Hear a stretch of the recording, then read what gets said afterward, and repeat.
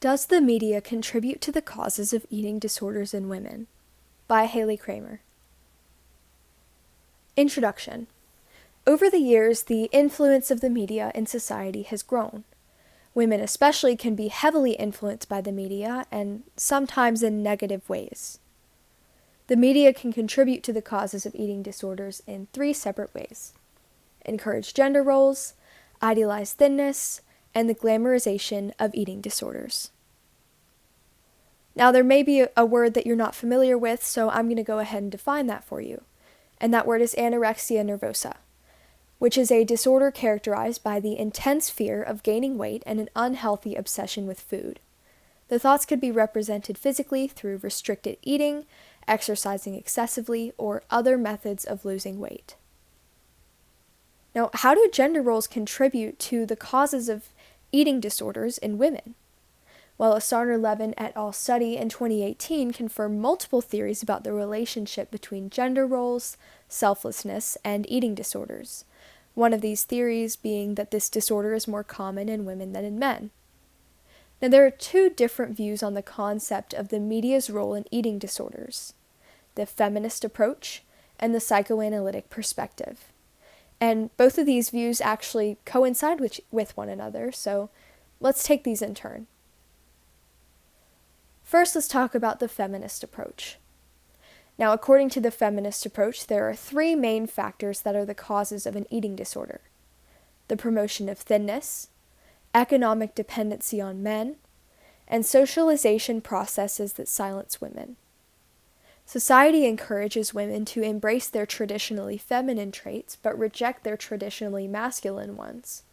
Now, this pressure can cause women to fear that embracing the parts of themselves that are not traditionally feminine will result in rejection. Now let's talk about the psychoanalytic perspective. This is also known as the self-psychology approach, and it focuses on development as a cause of eating disorders. If the parents fail to maintain a healthy, loving, and empathetic relationship with their child, the lack of security in that child can make them more susceptible to developing an eating disorder. Women may also seek validation from others and compromise her own needs to gain approval from other people. Now, something that's important to remember is that not one of these theories is right and the other is wrong, rather that both of these theories coincide with one another. Now let's talk about idealizing thinness. This is a practice that is most commonly done in Western culture, where the media idealizes an unattainable, thin figure that, as the years go on, just continues to get even more thin and even more unattainable. Now, the beauty industry especially emphasizes the unattainable beauty standard, specifically because they profit from it. They try to convince women that they can obtain this beauty standard if they just buy the company's product. Now, a meta-analysis done on 25 experimental studies showed that body satisfaction for women is significantly lower after viewing images of thin women as opposed to viewing control images. Now, let's discuss a possible negation to this topic that eating disorders have always existed. Now, an argument against the theory that media contributes to eating disorders is that disordered eating has existed for centuries, even before the media. Therefore, it can't be a cause, can it? Well, evidence suggests that societal trends have caused different types of eating. Sometimes it was increased rates of disordered eating, while other times it was decreased rates. So while this is true that disordered eating goes back hundreds of years, this doesn't mean that the media is not a cause altogether, but rather that it is one of multiple causes. Now let's discuss the glamorization of eating disorders. Young adults and adolescents are the primary consumers of mass media, and the human brain actually isn't fully developed until age 25, meaning people under that age are more easily influenced by the media. And these people under the age of 25 also just so happen to be the primary consumers of mass media.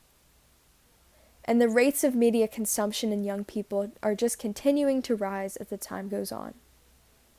Now, something specifically to target about the media is that the way the media portrays eating disorders is not as accurate as it could be. See, they only show the physical suffering, not the mental anguish that causes that physical suffering, which is the glamorization of eating disorders. And this glamorization or romanticization of eating disorders, it misrepresents the reality of them. And in turn, it can invalidate the suffering of what someone who actually suffers with the disorder goes through. Now, to conclude, the media can contribute to causes of eating disorders in women through encouraging gender roles, idealizing thinness, and glamorizing eating disorders. Now, I'll give you a moment to take a look at my works cited page.